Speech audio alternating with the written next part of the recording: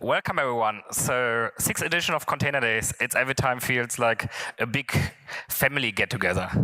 So what you typically do at a family get-together, of course, the most important stuff is a photo. So I would like to do a photo from my phone, but for this, everyone, so that we all get a bit of motivation, stands up now.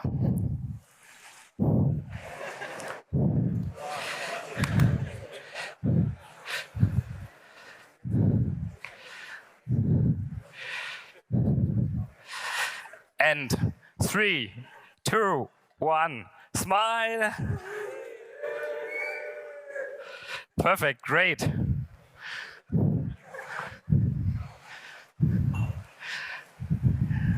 I hope now no one is sleeping anymore, so let's start. Yeah, our conference is called Container Days, and we all talk about containers and Kubernetes, and I think they're completely here now. There's no questions about, is it the right tool? Do we use it? I think we are all here because we strongly believe into this.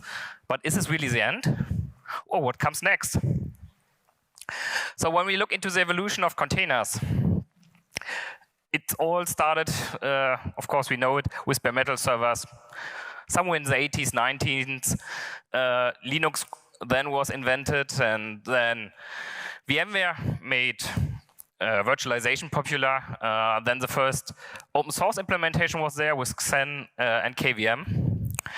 So, and already at that time, containers were existing, but a company called Docker made it 2013 really popular. So especially starting from the developer space, they start using it more and more.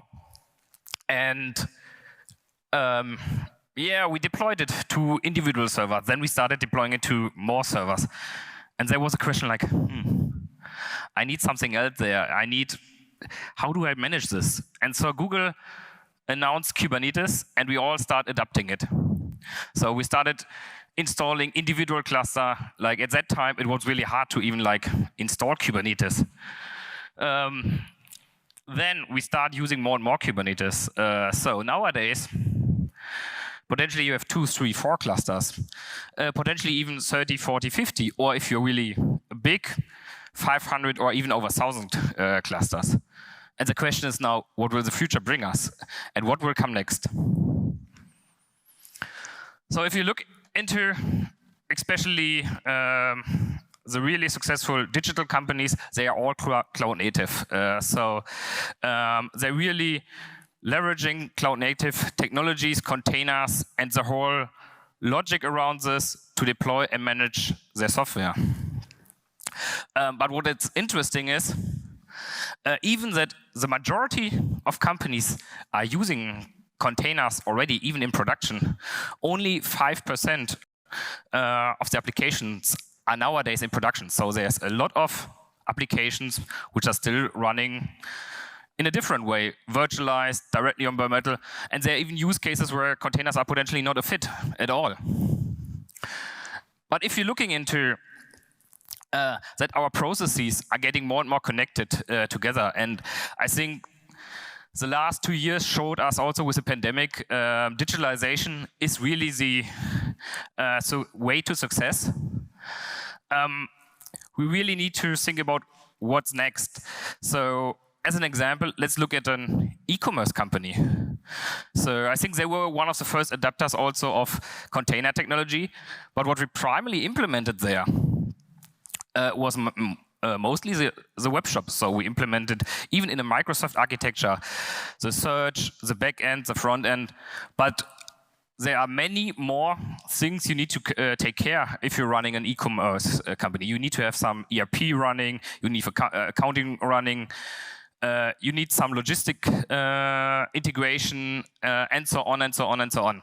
So everything needs to be somehow connected, and especially if you're not developing in your individual silo applications, like if you need to develop across different solutions, like from the ERP to your web shop to the logistics software process, you need to deal with a lot of different tools and a lot of different ways how to manage the software. Oops. no. So we still have a lot of silos in our IT. So we have potentially the Linux servers. We have Windows servers. We have now Docker and Kubernetes. Then we have potentially front-end tools like Android or iPhone. And then we have a lot of commercial software, SaaS software. I only mentioned a few, SAP, Salesforce, Oracle. There are plenty of more. But when you look into how organizations are organized and how we develop software, it's typically really in silos. As a developer, if I really need to touch all of this, I have to deal with a lot of different teams, different organizations. And how is this done in a lot of cases still? I need to create a ticket. If I'm lucky and there is some automation behind this, potentially it goes fast. In a lot of cases, there's still a lot of manual work behind this.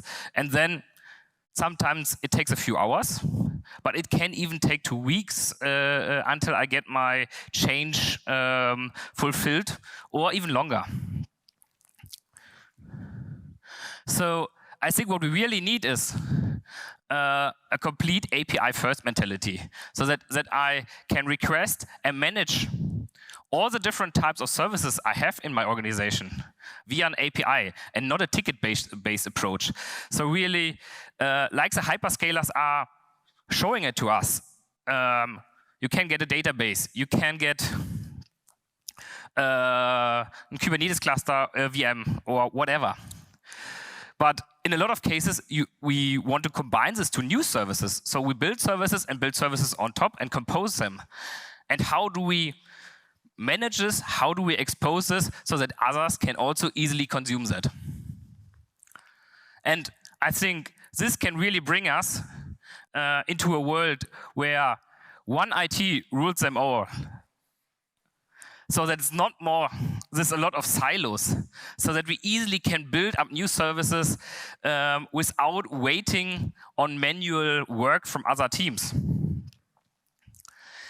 And this can then help also to speed up stuff, because on the one side, we are not spending on a lot of manual work. We really can scale over software and not over people. And I think that was one of the reasons why Kubernetes is successful, because we can now orchestrate much more containers, much more workload, without that we scaling with more people there. It's all managed by the software.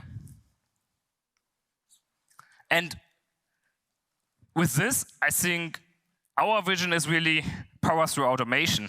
So how can we help customers, or how can we help to automate without needing manual people? And based on this, how can we in the future build really autonomous systems so that they are, on the one side, are smart enough to repair themselves, but potentially even add the capability that they are smart enough to scale and learn how the behavior of the application is, and, for example, scaling up and scaling down depending on requirements. So if you want to learn more about this and want to see some first prototypes, how this could look like, more really on a technical level, join my talk together with Stefan Szymanski tomorrow, Tuesday, 2:15. I think it's in K6 here as well, but please check it. There we will show you some first demos, some first prototypes, and really looking also for your feedback, what you think, what's required there.